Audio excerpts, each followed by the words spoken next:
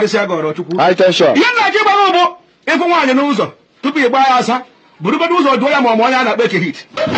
Ọ sị gị na ọmụ onye a na-akpa ekehit ị na-agba maka ndọgho maka ihe agụ na-agba nakwa na-agbachie na nke a ekobi ya n'elu you must marry am by force. Oh boy, spiritual power no be cho. You won't teach women how to cage men. Meanwhile, Nigerian government that arrest you, put you for cage, you cannot come out. I don't blame you. Now people where you they brainwash will believe you.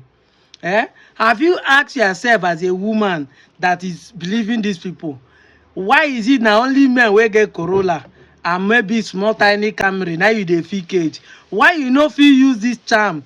You know, tie people like Tony Olumelu, people like Jumovi, people like Otedola. We don't even want to come Dangote.